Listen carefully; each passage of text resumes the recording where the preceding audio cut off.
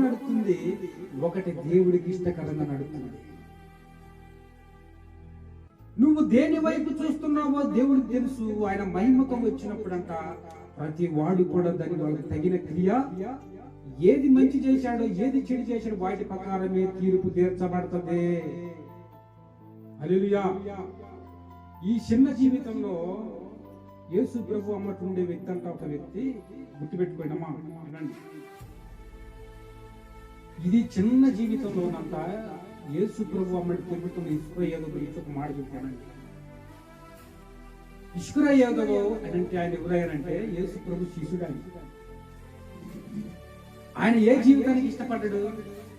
ఆయన ఏ జీవితానికి ఇష్టపడ్డాడు చెప్పండి? చిన్న డబ్బులు సంచి కాచిపడ్డాడు. డబ్బులు సంచి ఎంత ఆయన చేతిలో పోయింది? 30 నాణ్యాలు అంటే ఎంత ఉంటది? ఏనండి, జాగ్రత్తగా నండి, దేవుడు మాట్లాడుతున్నాడు.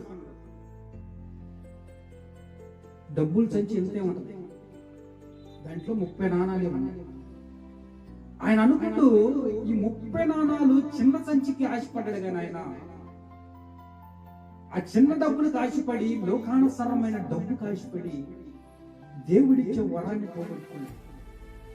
ఏ వరాన్ని?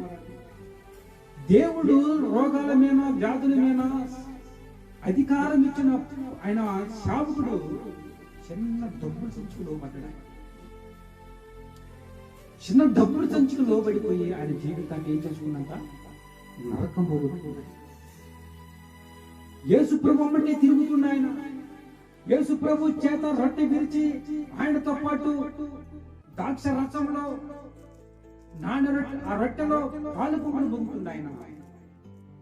అటువంటి వ్యక్తి కూడా చిన్నదానికి ఆశపడ్డాడు ఆయన. ఈరోజు మన జీవితం కూడా చిన్నదానికి ఆశపడాలి. చిన్న చిన్న చిన్న చిన్న ఈ లోకం ఆశపడకూడదు. ఈ లోకంలో ఏమి లేదు దేవుడు పెట్టారా. నువ్వు బతికినన్నాళ్ళు ఈ రోగాలు, బతికినన్నాళ్ళు వ్యాధులు, బతికినన్న ఆర్థిక పరంగా అగసాట్లు, ఇదే తప్ప మార్పు ఏమి రాదు. కానీ నా దేవుడు వచ్చినప్పుడు నువ్వు ఏడ్చినావా? దేవుడి కొరకు నువ్వు ఏడ్చినావా?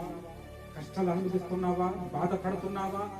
ఎన్నిటికి నీ దగ్గర క్రియ దేవుడు నీకు నీ క్రియను బట్టి ప్రతిఫలం ఇస్తాడంట. హల్లెలూయా. ఏమిస్తాడంట? ప్రతిఫలం ఇస్తాడంట ఆయన. అందుకని దేవుడు అంటాడు, వెయిట్ చేయండి, వెయిటింగ్ చేయండి మీరు అంతే. ఎందుకు వెయిటింగ్ చేయమంటారు?